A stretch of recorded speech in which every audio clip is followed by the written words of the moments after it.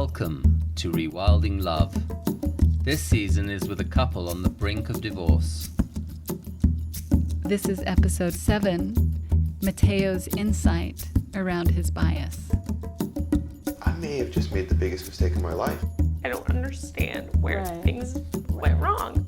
In any given moment, his vibe just changes and it's like, boom, like you hate me all of a sudden. It's a ride at a fun fair. We go up and down. We are in up mood and we love each other, and we go into a low mood and we hate each other. See, for the most part, I'm Pirates of the Caribbean where there's only one drop and one rise, okay? Everything else is pretty fucking flat in my life. Right. Hers, it's corkscrewing, it jumps the track sometimes, like, it does crazy shit.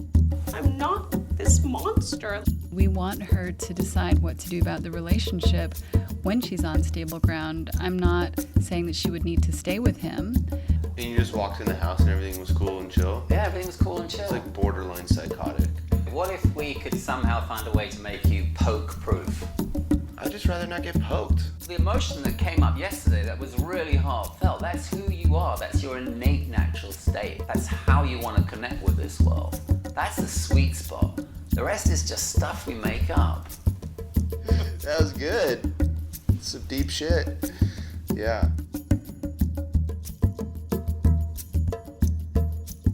You are listening to Rewilding Love with me, Angus Ross.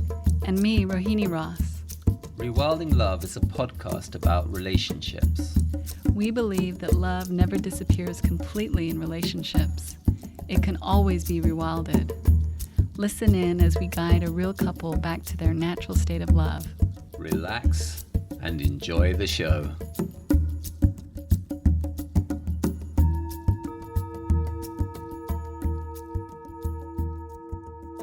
I feel badly now that I said that you pulled the short straw with Mateo, because in this session he really let go of his defensiveness and opened up and saw some really great things.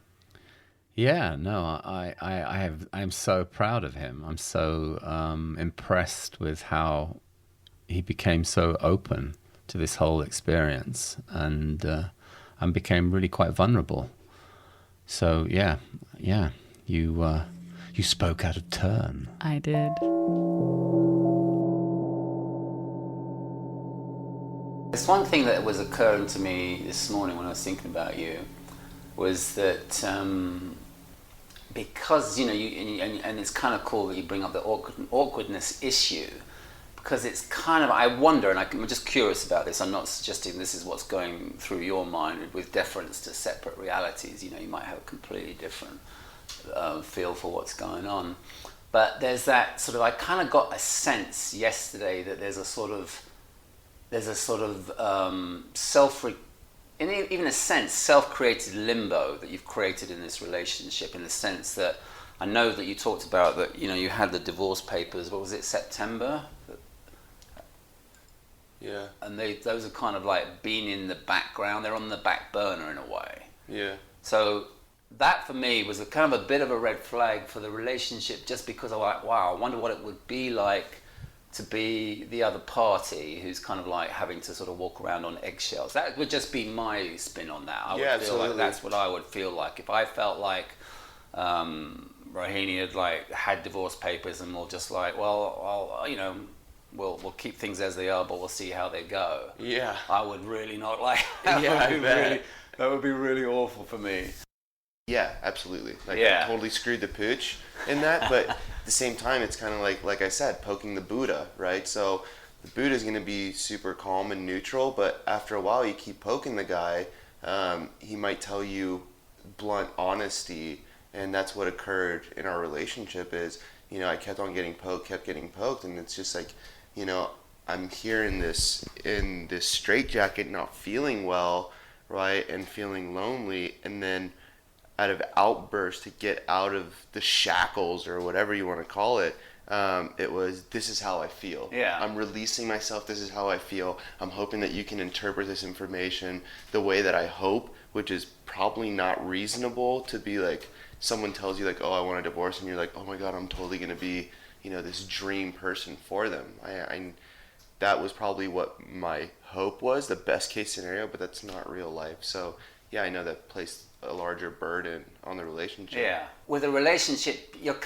all in until you're out, in a sense. Because that's kind of like, okay, you could bring up the idea of divorce and you could have papers, and that's very much in pretty much concrete terms.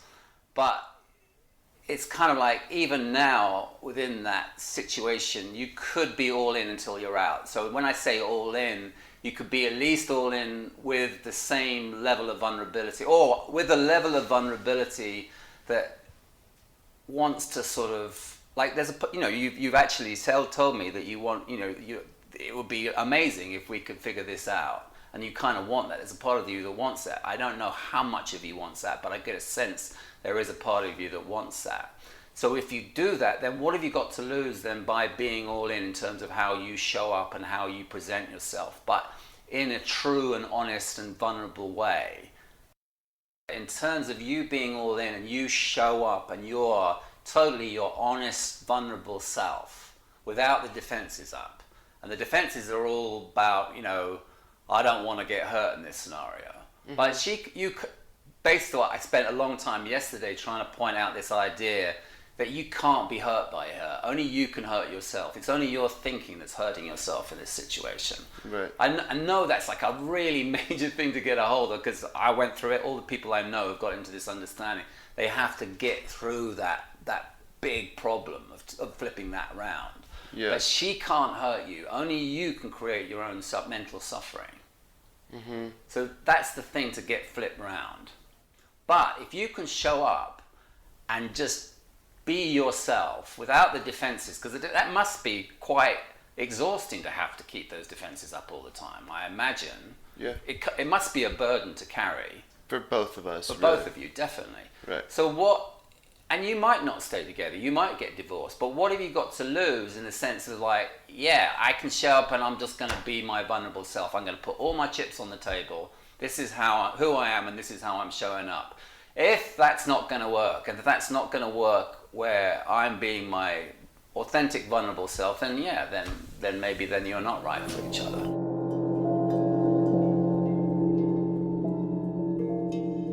So when you're listening to podcasts. Yes. Too bad you're not on video right now. So when you're listening to podcasts and they say, we'll be back in a moment. I do know that. They usually play some kind of ad. Yes. Well, I think we should take a pause from Alicia and Mateo for a moment. Really? Why? Because I think we should talk a little bit about... Have I done something wrong? I think we should talk a little bit about the process of making the podcast. Okay. Because it may sound like fun and games when people are listening in, but sometimes it's far from that. Yes, sometimes it's very far from that. And I thought it would be good for listeners to know that, just know more about what our process is. Okay. Are you going to lead with this example? No, I was going to ask you to share about your difficulties with it, because you seem to be more challenged than I am. Yeah, sometimes it feels like pulling teeth. I think, but part of it is that we do it at the end of the week generally. Well, Friday seems to be my worst day to do it because I tend to feel a little fried on Fridays. Mondays are better because I feel well rested after the Sabbath. That's not true. On Mondays, you say, oh, I ate too much chocolate over the weekend. Oh, I don't feel good. I have to have some joy in life. But you often say on Monday, oh, I ate too much. I do feel like crap on a Monday generally. So it probably doesn't go well on a Monday either.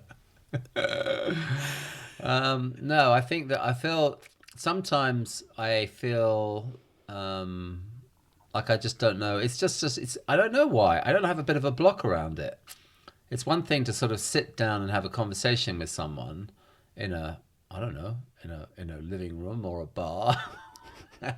Not that I frequent bars per se. But it's another thing to sort of like be facing someone else with a mic stuffed in my mush. And someone else meaning me. Yes, meaning you. And then to have this sort of deeper, meaningful conversation when you're feeling like you'd rather be doing something else. But I want to have that deeper, meaningful conversation, and I guess there's a certain amount of pressure around it too, because I feel like there are times when I can be listening to you and you're saying something really insightful. Now, without the mic or the recording, I would just be able to appreciate you saying something meaningful and insightful. But sometimes when you say something meaningful and insightful and you've taken 10 minutes to do it, I'm like, oh God, she's saying something really meaningful and insightful. I need to have a really good response. And then when I start to have those thoughts, obviously I'm not listening to what you're saying.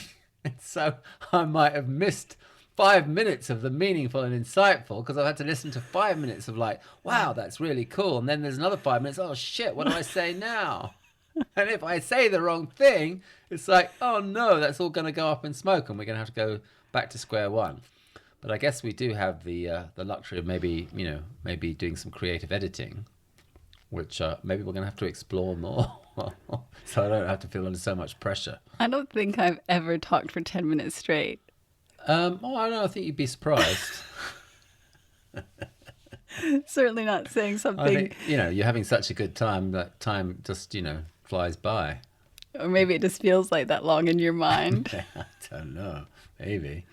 But yeah, no, I think that's kind of really what I'm up against is that I feel I put myself under all this pressure to sort of show up and sound half decent.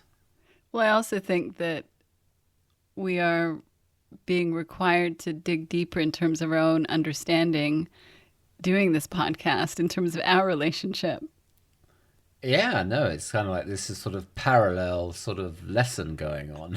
Are you going to serve me with divorce papers? No, I guess because I'm all in. I better not.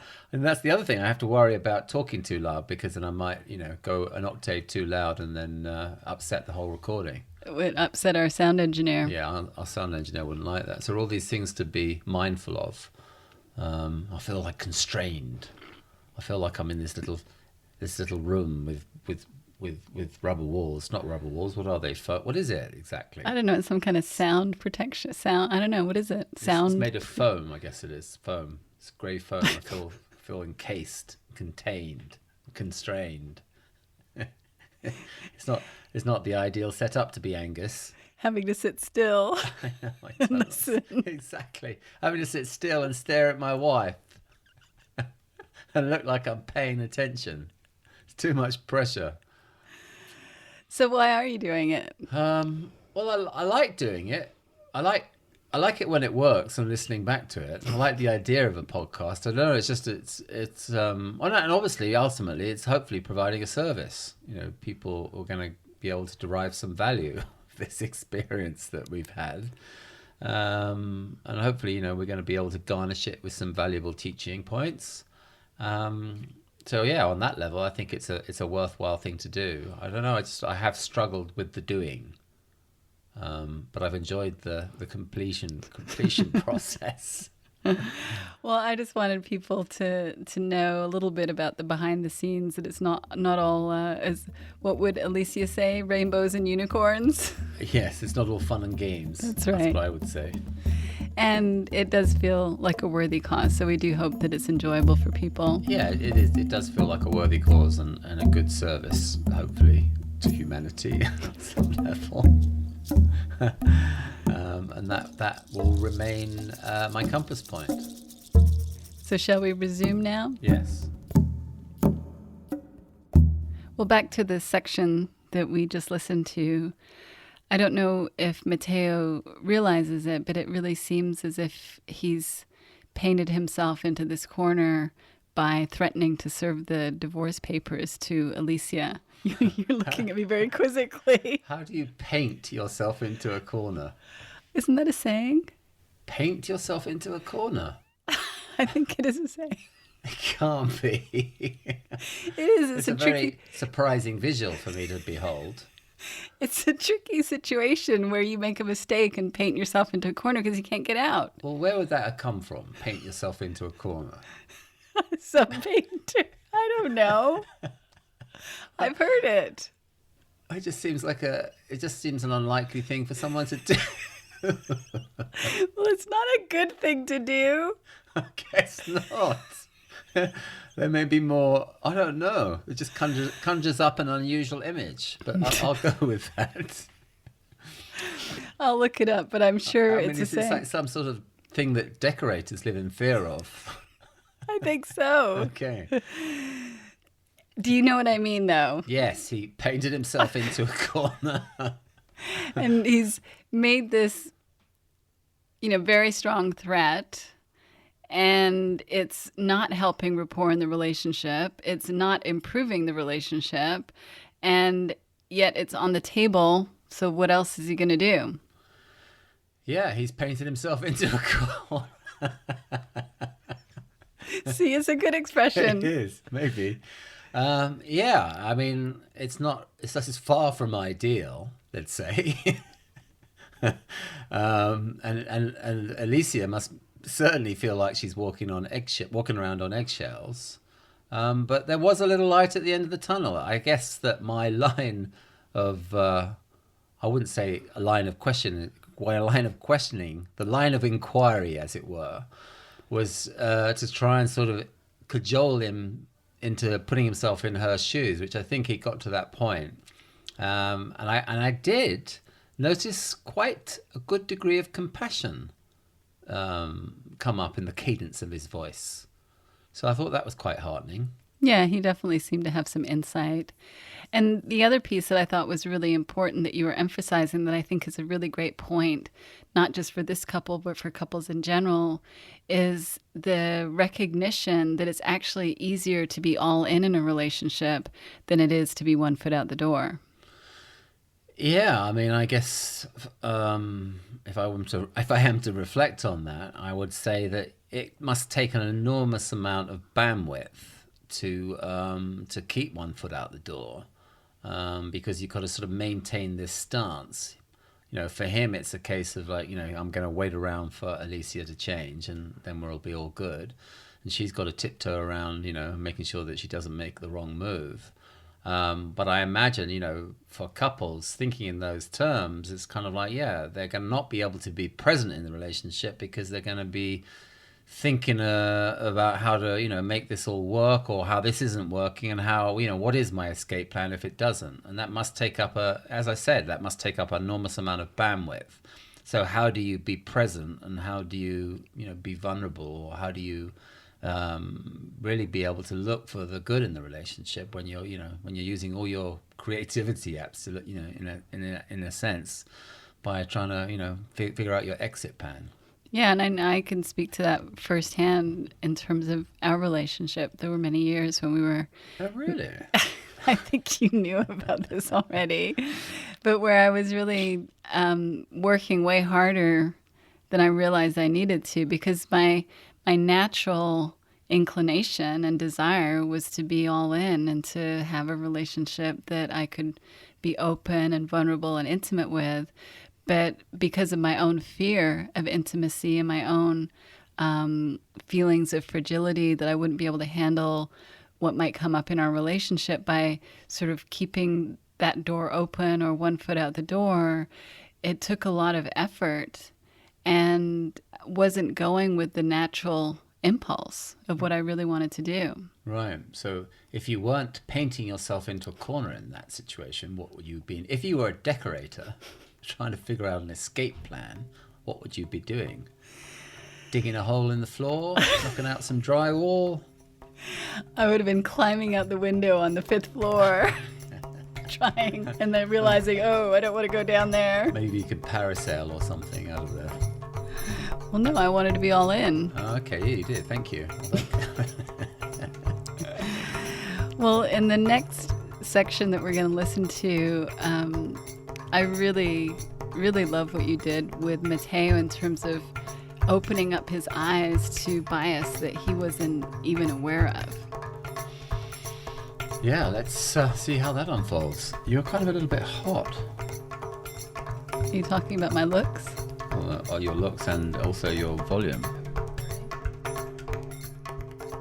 At the moment, it seems like you're kind of like, you've got your defenses up and she's wanting to like, get in there and figure out what's going on. But if you're not present for her in that way, and it goes both ways, we kind of like put our barriers, we have our own inimitable ways of putting those barriers up. I mean, it sounds like you're more inclined to sort of shut down and not want to like interact. She wants to interact because she wants to find out what's going on. Like overly offensive. Yes. Like offensive, not offensive. Yes. Yeah.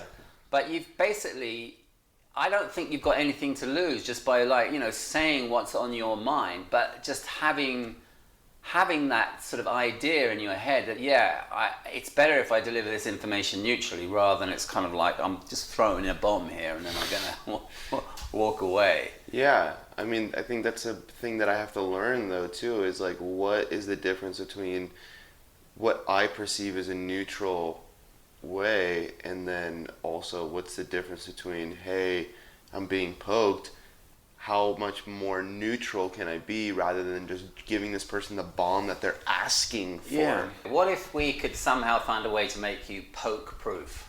That would be sweet. Like she could have her moments of crazy, which we all have our moments of crazy. Absolutely. Maybe her crazy is a little bit more developed than others. I don't know. That's not for me to say. But what if we could figure out a way where you didn't have to take any of that personally?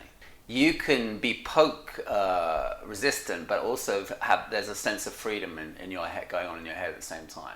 I'd just rather not get poked. That's the thing. I know, but it's because you're taking it personally. And I know, and I understand. I can see, where you're coming from is like, you don't want that to be your home environment. But it's all of this is going on in your own head. It's all stuff that you're creating your own suffering. It's relentless. It's relentless. What happened this morning? It was, I'm drinking coffee on the balcony and she's on her phone looking at Instagram. Oh my God, I love Napa. Wouldn't you like to go to Napa? That was number one this morning. Okay? Okay. That's not like that happened last week or 4 days ago. No, that was this morning. Okay. Well, that's an innocent comment. Sure. But after receiving that quote-unquote innocent comment a million times and knowing that many of the times that question, maybe different location, different scenario is being asked, there's a background question which is going on. But is that all that she said? Did it then go in the usual trajectory that you just outlined about? So today it was, I just said, I'd love to go to Napa again. Okay. Right? And the conversation just ceased. Okay. There was a unicorn this morning. I want everything to roll smoothly, and I want to know that when I'm having these conversations with my partner, there's no underlying real deep question that they're trying to get answers to, which is a lot of the time, right? And it occurs many times where it's like, what do you think about this, or where do you want to go do this, right? And it's one of the scenarios that I'm saying, and like I said, I put up walls and I'm just like, no.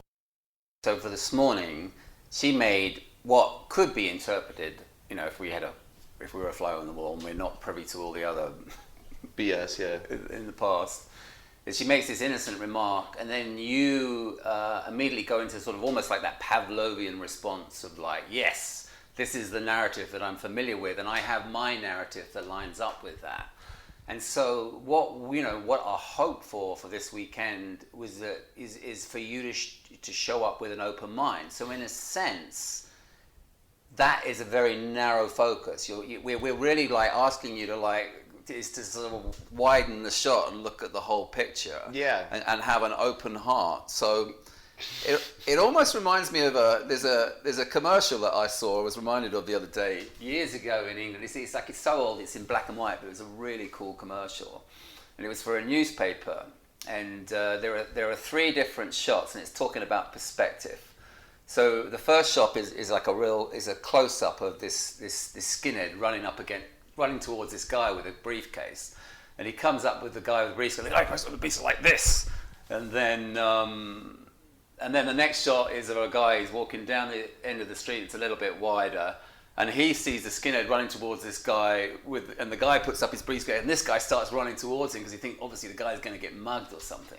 And then the wide shot is like scaffolding falling down and is about to crush this guy, and the skinhead actually saves this guy's life. So it's kind of like there is a parallel for me, because if we have our narrow focus, like you have obviously a formidable intellect. There's no doubt in my mind that you have a very, very powerful intellect.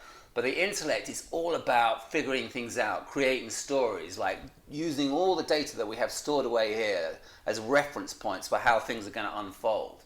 So this morning, that's what was going on. You're in your intellect, you figured out the story, you know this pattern of behavior, it all makes sense. But that's a narrow perspective as far as your relationship is concerned. Your relationship has got so much potential just because you have the full scope and the power of the intelligence behind life at your service at any given moment to give you a fresh new thought, a fresh new perspective. Yeah, I understand. And I do see that by approaching every situation with the same story in my head doesn't allow for growth in our relationship and growth within myself or herself. You, with your formidable intellect, have pigeonholed her in a way that, okay, I understand this animal now. That's probably not the right term. I understand this human now. This is who she is. I've completely figured her out. And there's really no wiggle room. I filed it away. She can change, and if she changes, we'll be good. But it's kind of like, that's who she is at the moment, and I'm not really seeing any different. But this morning, that could have just been, I can make random comments, probably sound nuts. But in the moment, it's kind of like, I'd like to go to Napa and drink wine. Yeah. That might be how I wake up today. But you've made it something so much more. Yeah, I have. But I've also been Pavlov's dog, conditioned to think that way. Yes. Right? So it's not just by my own accord I came up with this in my head. See, the thing is, that's not who you are. You're not Pavlov's dog. You're not that hard drive of information. You're so much more than that.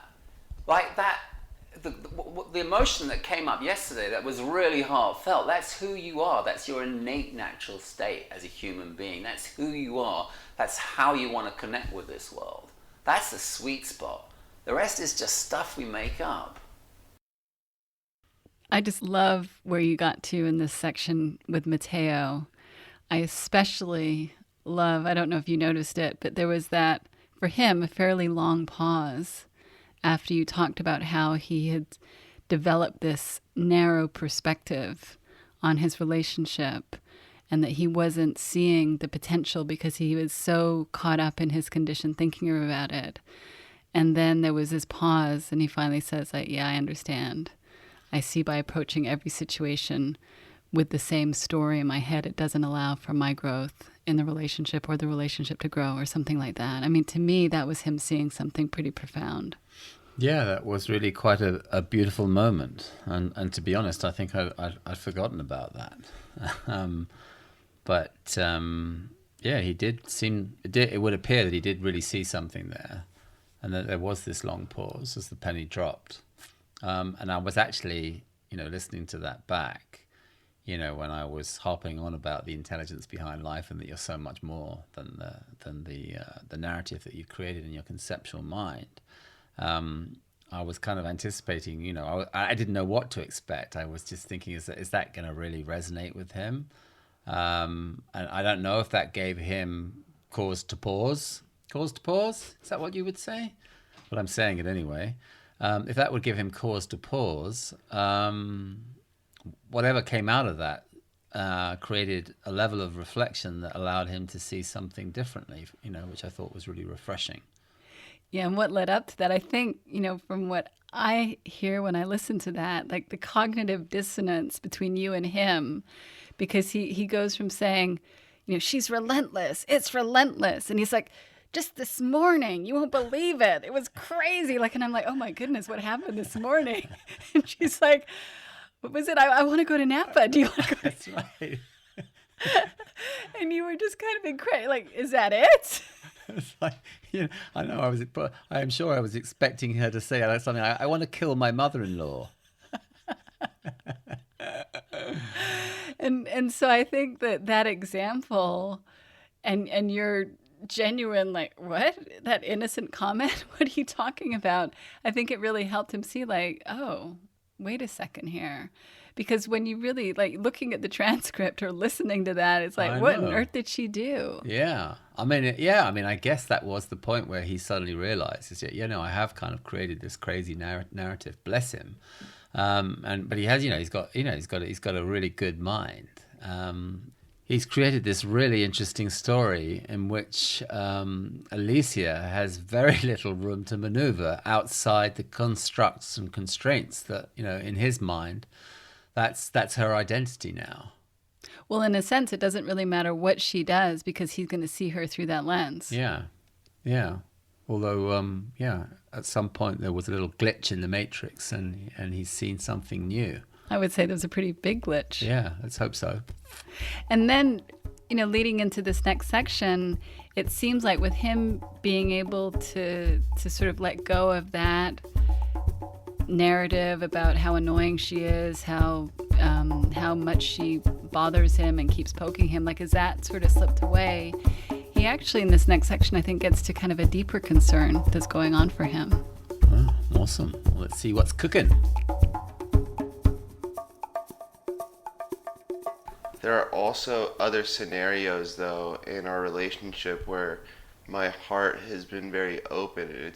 It's very open, and just one thing is, I worked as a valet driver in Laguna Beach, and I was always approached by a lot of homeless people with mental illnesses. I did a lot of volunteer work at the hospitals in high school and before then, and great. Have a soft spot for all of that. That's amazing. And I get emotional, like I'll cry about stuff like that. And I remember as a kid, we'd go to Mexico and I'd be eating with the family and seeing a kid begging, and I would just break down in tears and I couldn't eat, and I'd pretend to tell my parents like, oh, I just, I don't feel well, but in my heart, what really was is the pain of seeing this person suffering while I have quote unquote everything at my fingertips and I can't do anything for this person, right? Other than feed them today. I can't help them further than just in that present moment. So going back to my experience,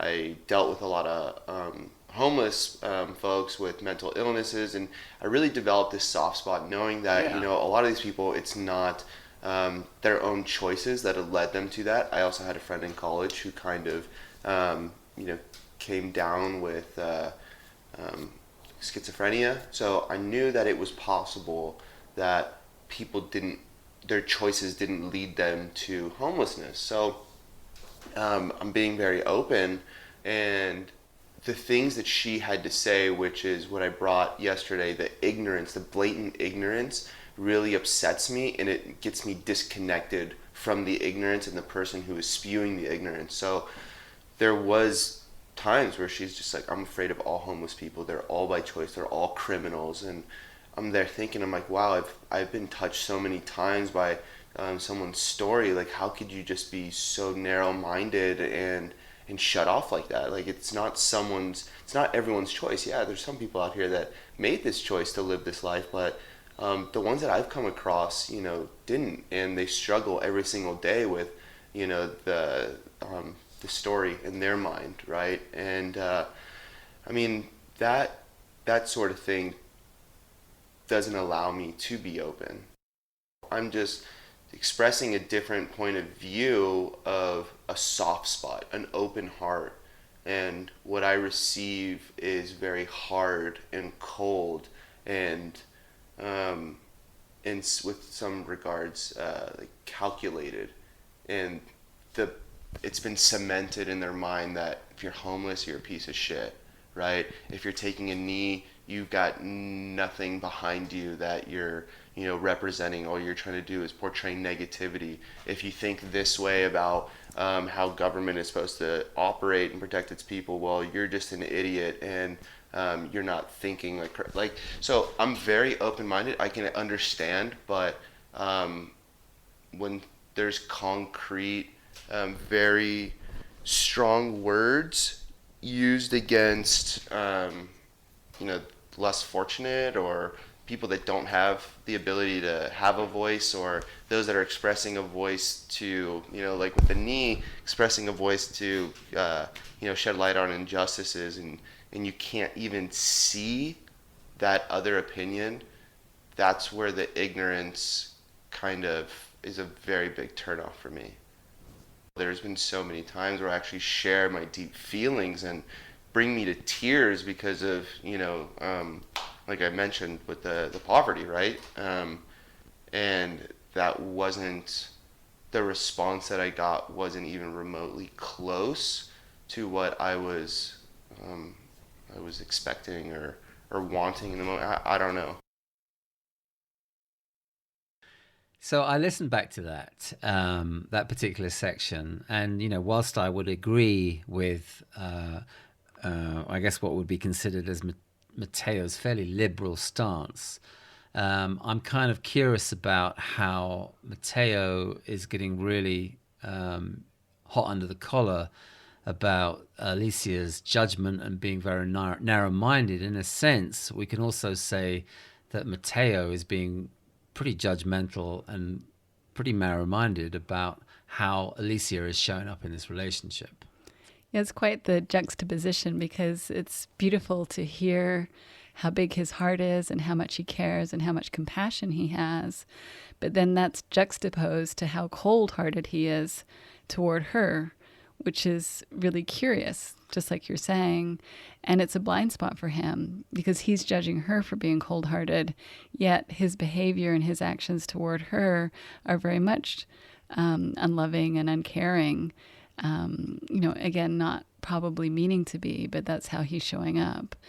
And then in this next section that we're going to listen to, you really point him again to the value of being all in, and how if anything's going to change, that needs to be a shift inside of him in order to really support there being change in the relationship.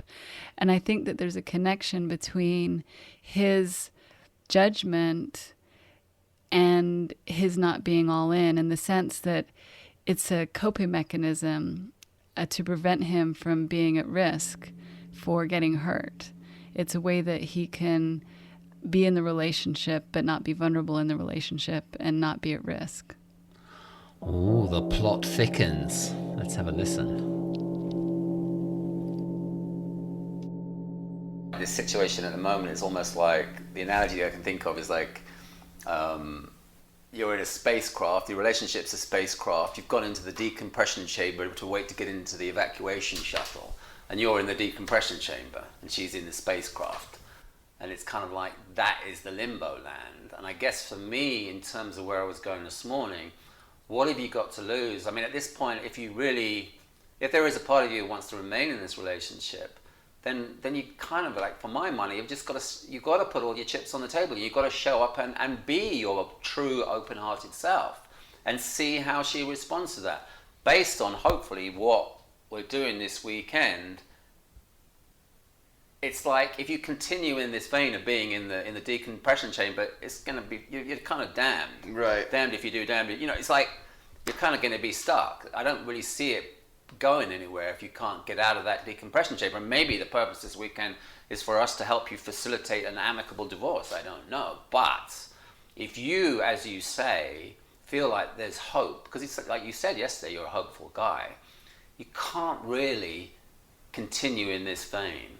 You've got to be yourself. You've got to have that open heart. That's just kind of like, that's how we want to live and operate in this world. Doesn't it feel good to like be in that space when you're helping out a homeless person, despite how she's coming up against you in that situation? That feeling that you have when you help a homeless person, that's so expansive and incredible. And that's kind of like where we want to be in most of the time with our relationship. It's impossible to be in that situation most of the time. But you've got to at least give that a shot. Yeah. And it's not that... It's in a moment you've just kind of like created a force field around your heart. You're right. Absolutely. I think it would be really valuable to, if, as you say, you want to approach this weekend with a totally open mind, it would be good to at least dip your toe in the water on that front. Because otherwise, it's like you're just staying in that decompression chamber and you're in limbo land, you're not going anywhere. Well, there is an American saying, which I think is too crude to deliver on the podcast airwaves, but it would, in English terms, go something like this: evacuate your bowels or get off the WC. And what do you mean by that? It means it's like this is now the time to really make a decision one way or the other, and let's move on. And I think that, why are we here if not to make some kind of meaningful decision?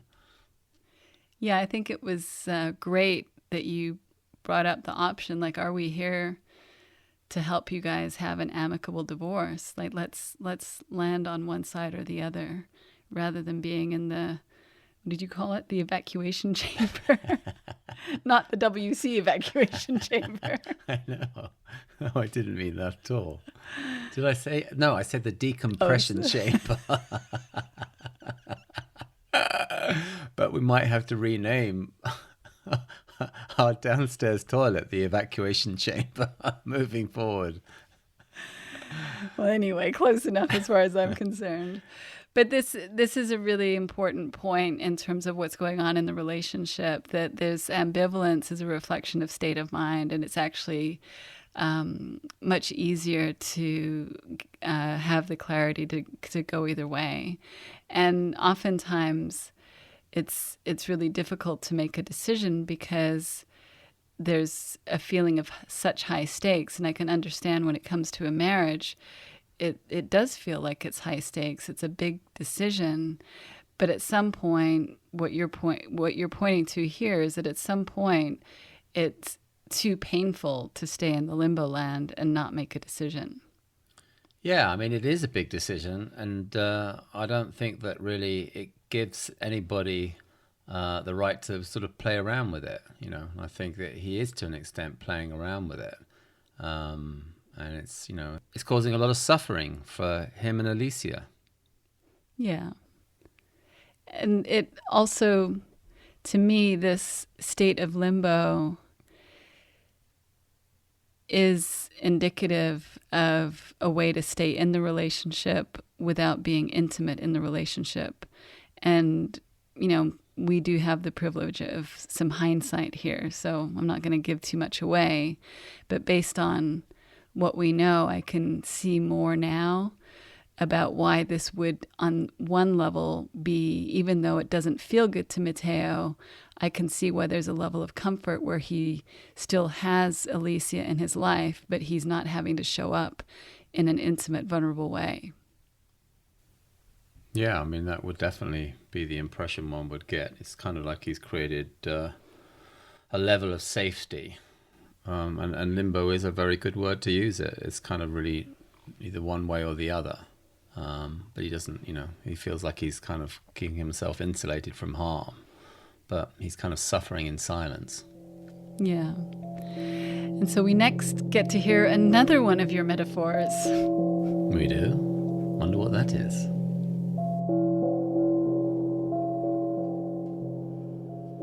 I'm guilty. I'm guilty of building this up. All the negative things that I have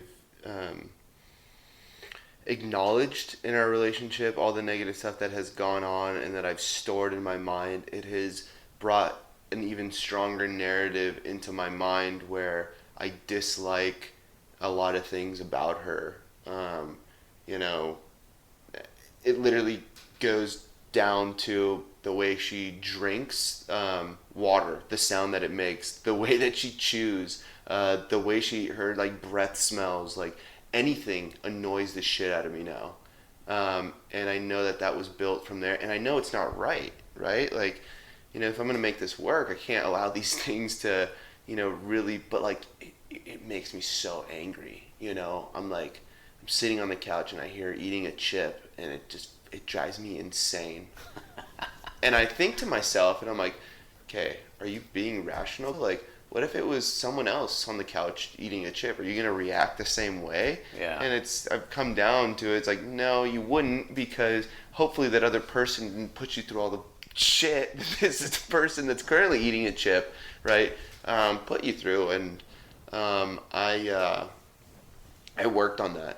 If your state of mind is already negative, your intellect is going to go looking through all the filing systems to try and match up something that has the same quality, if you like, same negative quality. So bad breath, chewing her nails, the way she interrupts, or whatever she does, the numerous things that you can create a laundry list of problems for.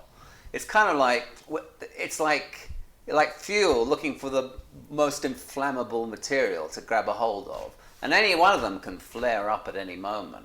But that's how those pathways get developed and become strong. Another analogy for me is like, did I talk about the time tunnel? Did I mention that yesterday? Mm-mm. This came out for me a couple of weeks ago. It's almost like I saw, I can't remember what I was looking at. I was looking at someone's blog, and they had some pictures of I guess they had images of neural pathways.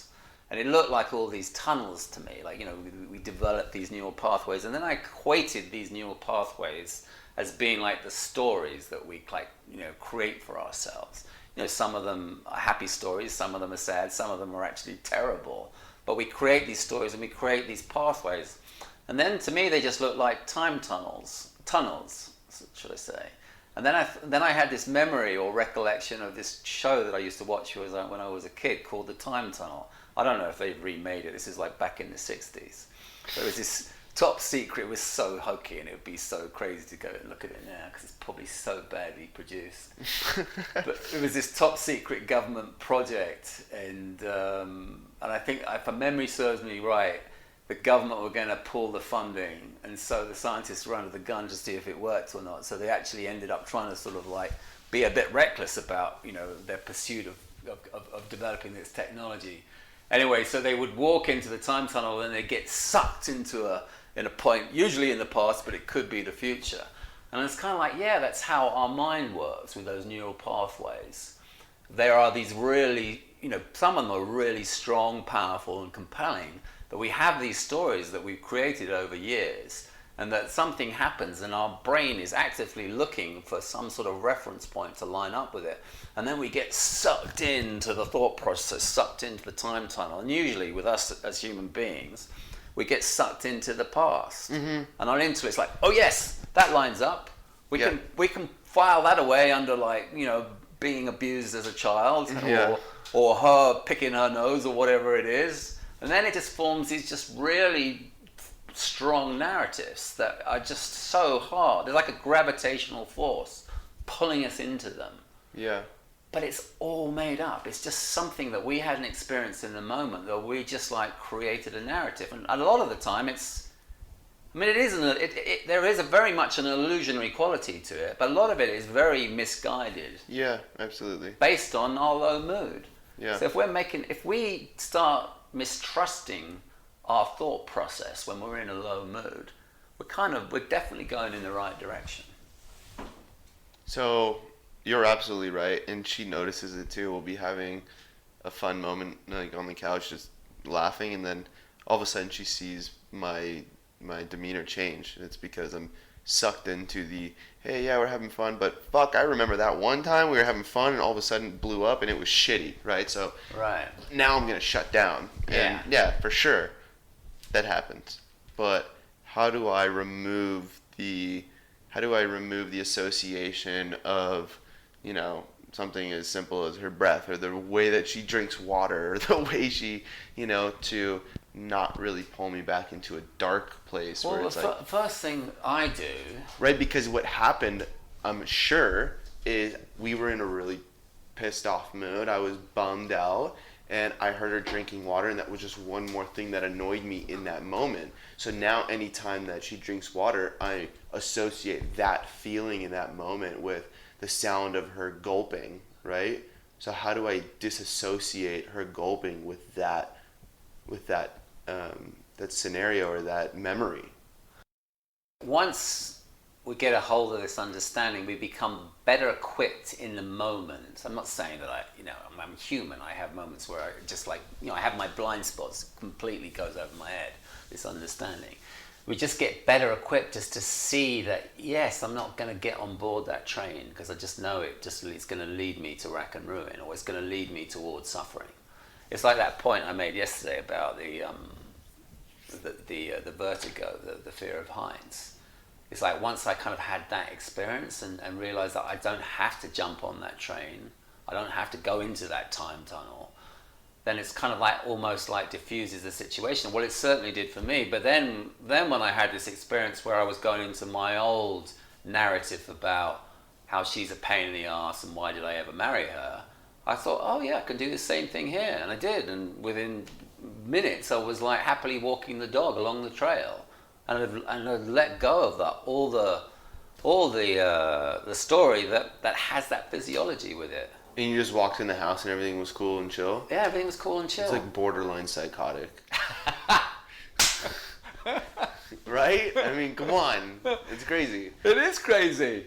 Yeah. It's crazy based on the narrative that you're running. And it's even crazier if the other person didn't have this come to Jesus moment too and was like, oh yeah, I can forget about this. And then you just walking through the door and all happy. That's kind of where we are now. It's like we're not taking our flare-ups personally. We're getting much better at not taking those moments personally.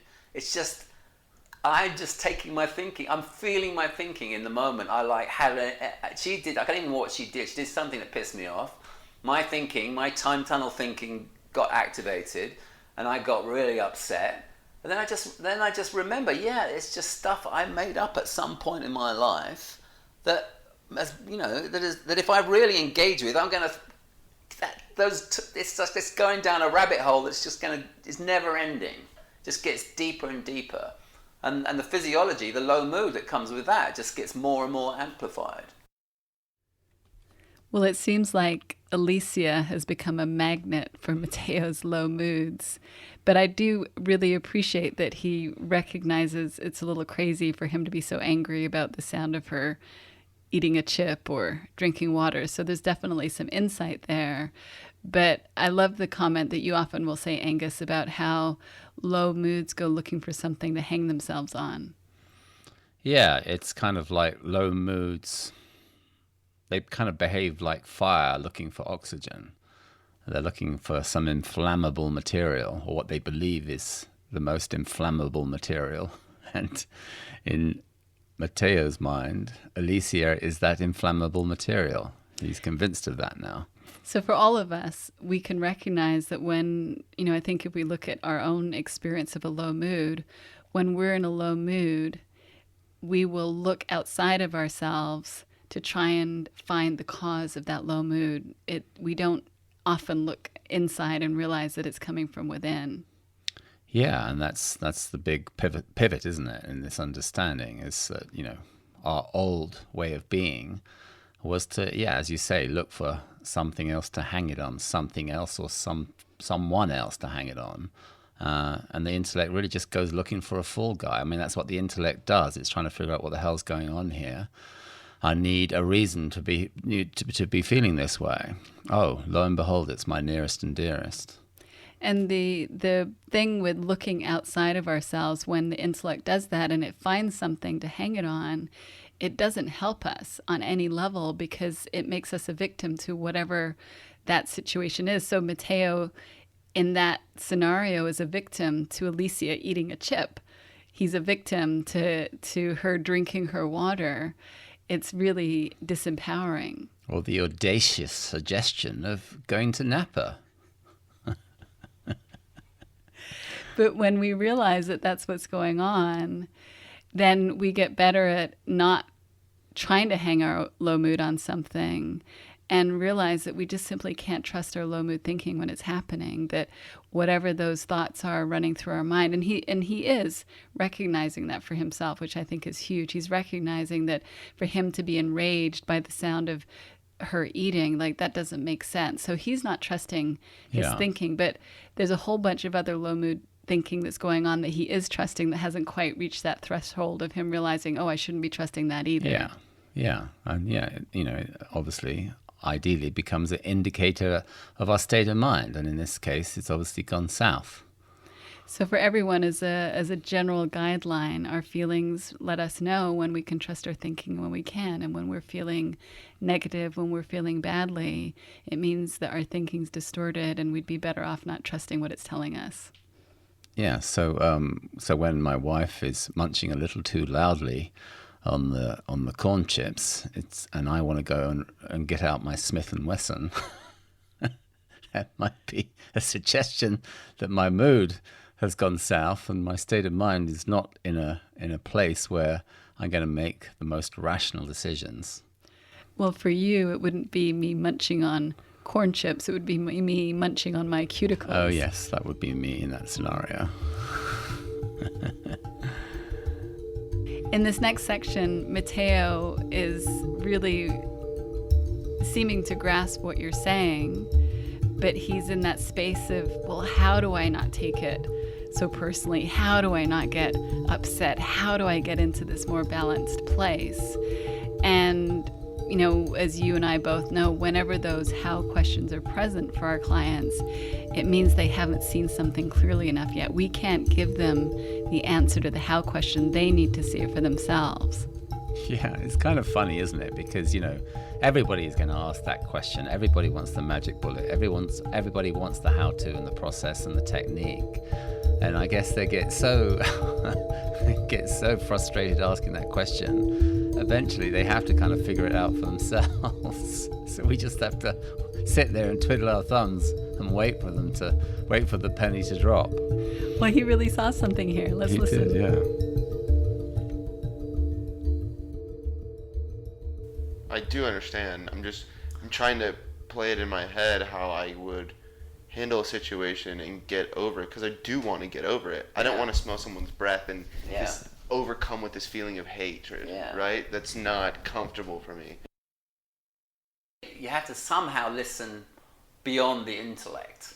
It sounds kind of crazy, but I guess for me the best way that I can articulate is it's kind of like you kind of like approach it from here. That's the sort of in a sort of open-hearted way. Does that make sense to you at all? Does that land in any way? It does. I'm listening to you, but I'm also processing. I'm struggling with the point. No, I'm just tripping on. Okay, I understand what you're saying, but how do I activate that within me? Because, like I said, I really want this to work. How do I activate that? See, I don't think I don't think we have control over that. It's not like some switch that we can flip. It's kind of like there's a feeling that comes with just sort of dropping into that space. Have you ever seen? I'm sorry. Have you ever seen? What's that movie called? I don't know. Well, the guy's trying to learn how to surf, right? And they're on the beach, and it's Paul Rudd, and he's trying to teach this guy how to surf. And he's like, pop up. No, you're doing too much. And then he's like, do it again. Pop up. You're doing too little. He's like, you know what? Let's just go try it, right? Like, wait, how? Yeah. I need some sort of guidance on, do I stand up really fast? Do I stand up slow? Yeah. Not just like, you know what? Yeah, let's just go surfing. With this understanding is like, you've got to have your own insight. You've got to see it for yourself. You've got to see how to hit that ball. You've got to see how to get up on that surfboard. You have to have your own understanding around it. There's nothing really I can do. I can just do my best to point you in the right direction. So it's don't approach a situation with a running mind. Exactly. Bingo. In terms of how you're showing up in the world, that your state of mind is really important to have an understanding around. So if you're in a low state of mind, life is actually not working very well. But if you're in a more upbeat state of mind, things look better, and you're actually more open to insight. And you don't have the narrow-minded quality that comes with having a busy mind. See, the busy mind is just constantly looking for answers and solutions. But those answers and solutions are just all old. That's all old information. The sweet spot is the new information. I'm super guilty of this, and I'm sure. Well, you're a mathematician. Yeah. So I'm sure I've pushed her to to be with. It's really crazy, but like the way that I answer questions probably gets her to think about the way I'm answering a question, and she'll dive into that. And now she's asking me questions really with a reference point that she's trying to get, which bothers me even more. So I have a lot to do with this inconsistency in the emotion in our relationship for sure. I see it, right? She asked me a question one day, and it could be totally innocent, and I answer it with the side that she's not being innocent with it, right? So now every time she's asking me a question, it's not from an innocent level, because she's like, well, he spun out on that other time. Like, I want to measure where he's at now, right? So I probably created my own monster. Yeah. Well, that's pretty amazing insight, observation. Yeah, I can see that. I Yeah. can link it and just be like, oh God, that's my fault. Okay, I see it. So lunchtime? Like, we're at... That was good. Some deep shit. Yeah, I see it. So, just be yourself, be in the moment, be cool, don't think.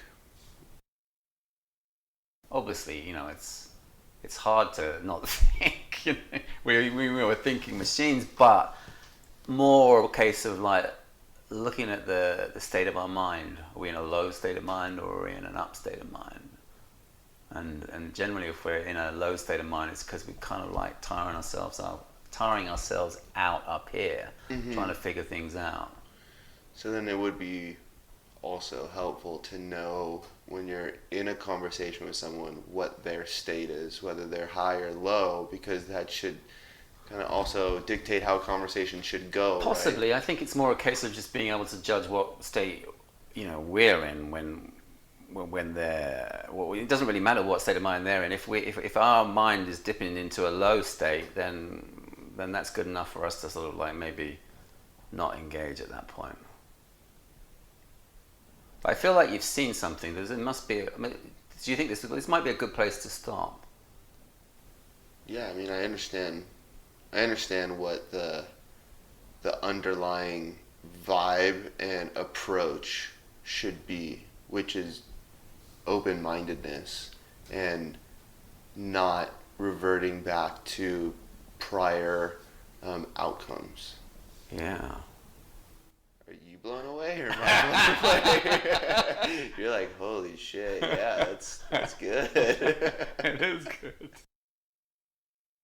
I'm kind of blown away by you. You have a big heart. I mean, that feels very evident to me.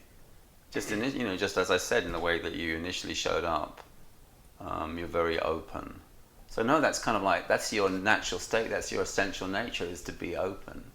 So it's kind of, it kind of breaks my heart to see you with your defenses up.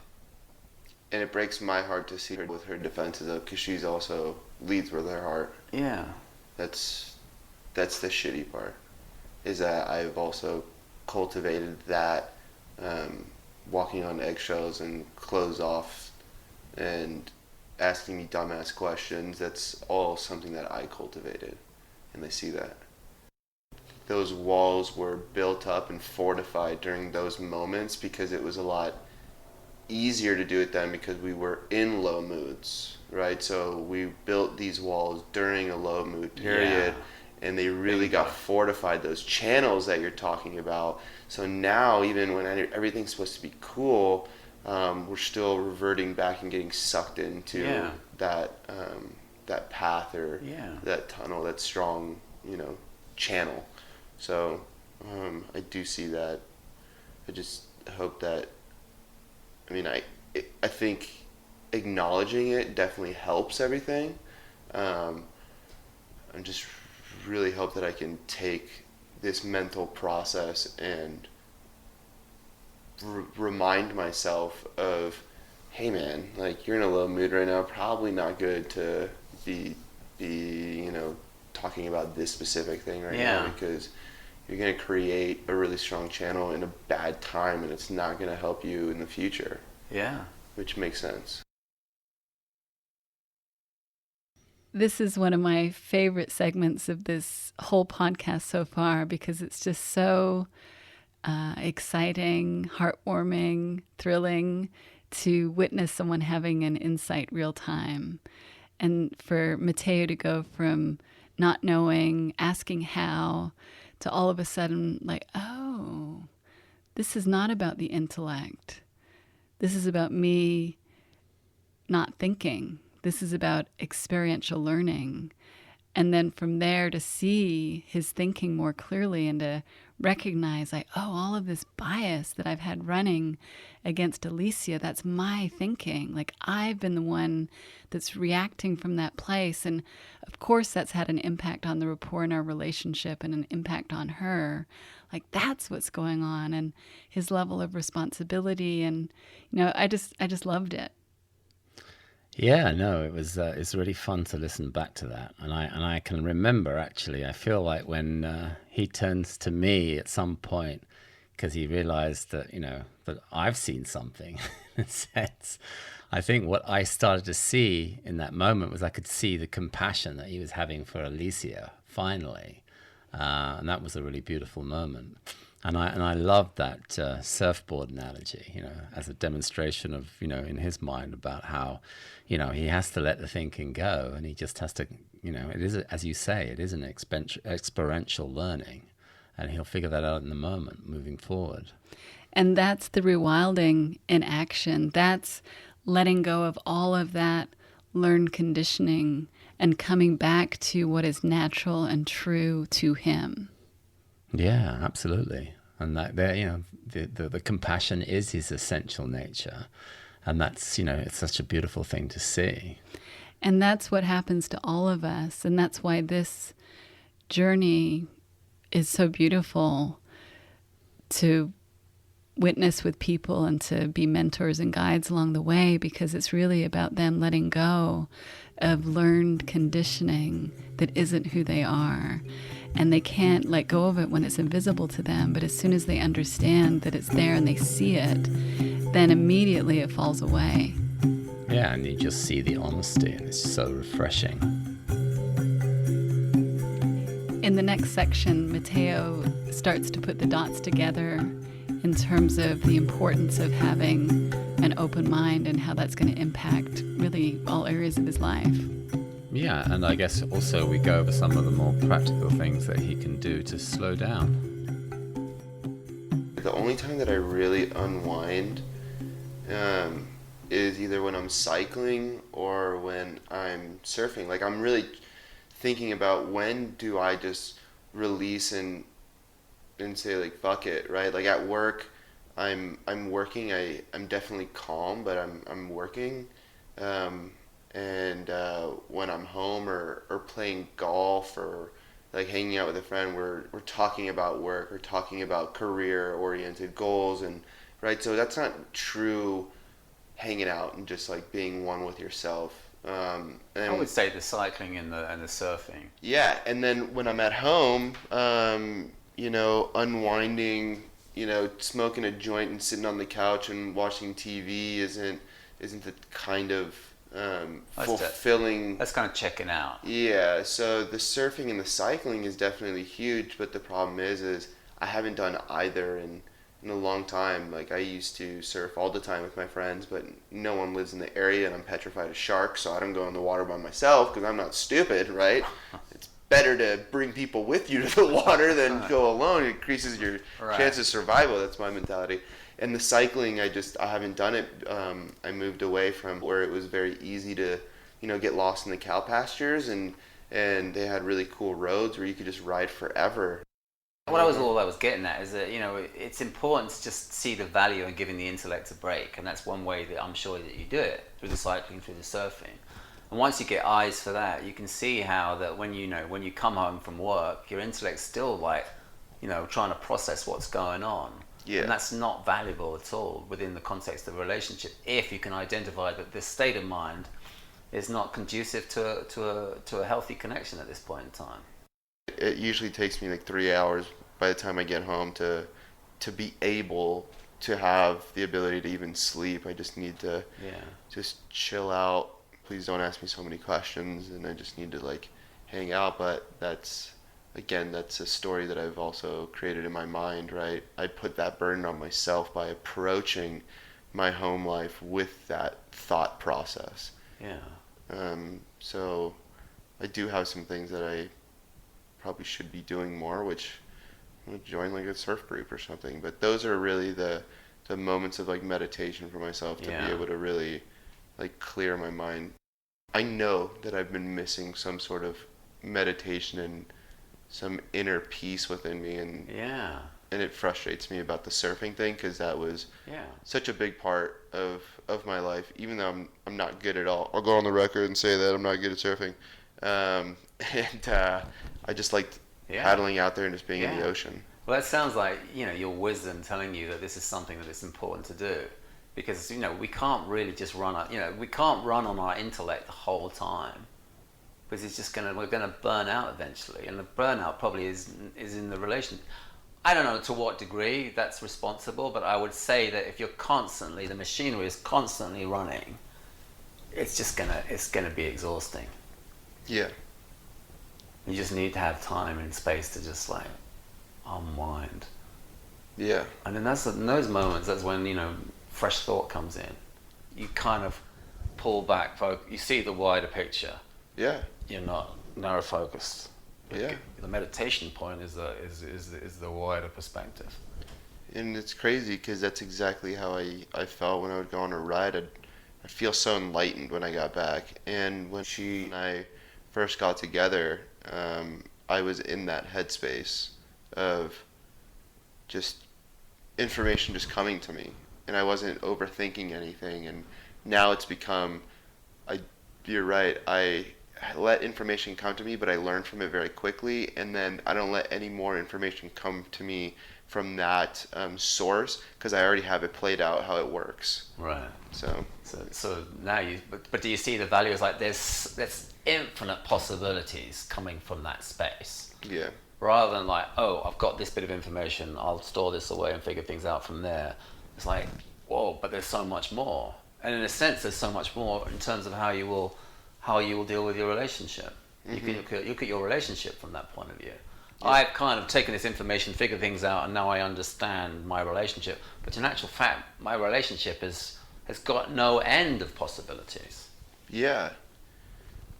Yeah, now it's like I feel kind of awkward. It's like, is there an apology deserving on my end? You know, how is that supposed to work? Because I see where I've fallen short. Now it's like a fucking guilt thing. It's like, okay, well, do I apologize, or do I just... You have to follow your own wisdom on that. I can't.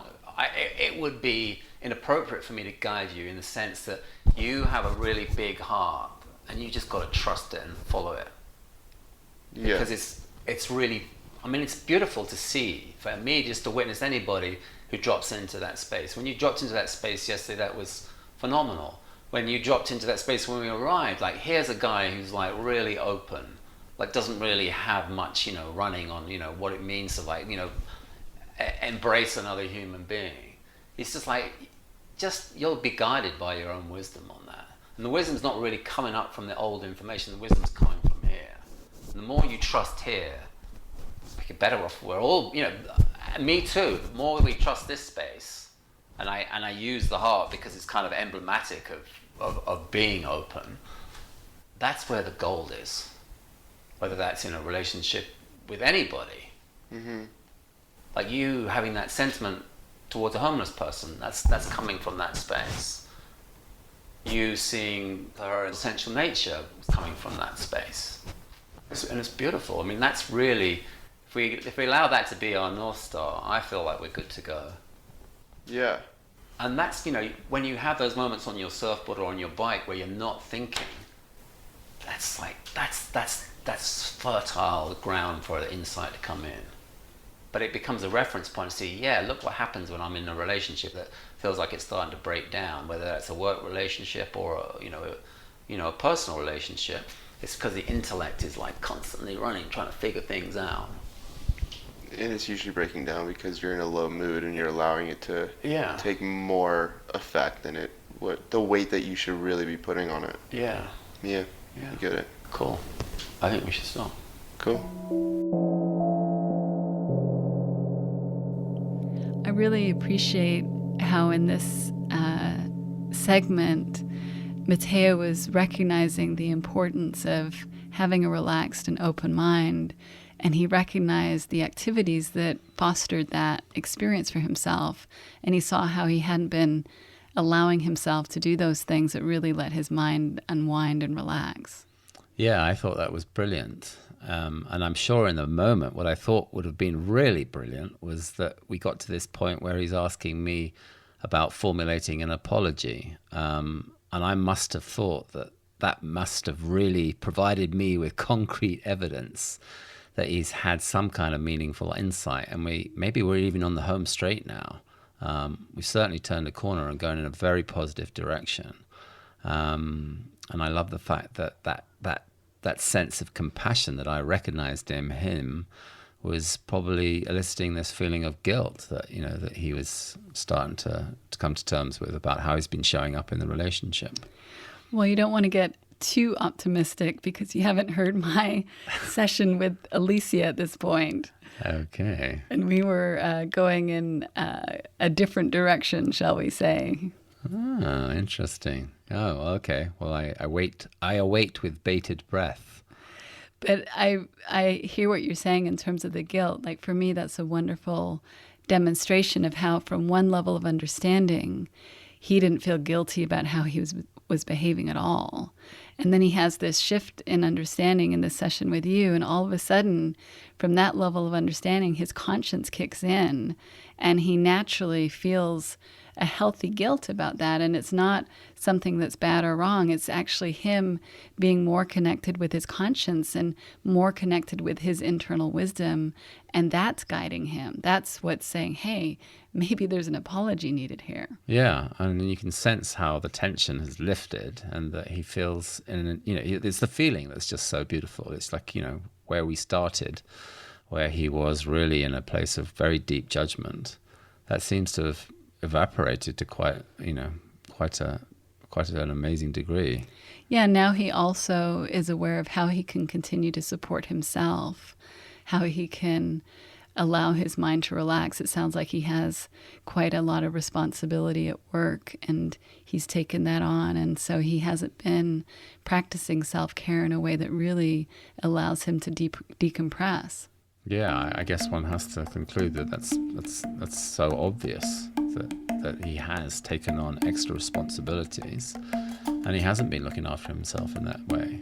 And I thought it was cool how he recognized when he met Alicia, he was in a completely different state of mind. Yeah, no, it was excellent. I guess we'll have to wait for the next episode to see where Alicia is going. Yep, absolutely. Thank you so much for listening to Rewilding Love. If you enjoyed this podcast, please let us know by subscribing on iTunes, and we would love for you to leave a review there. iTunes reviews will steer people to this podcast who need help with their relationships. If you would like to learn more about our work and our online rewilding community, please visit our website, therewilders.org. Thanks for listening. Join us next week.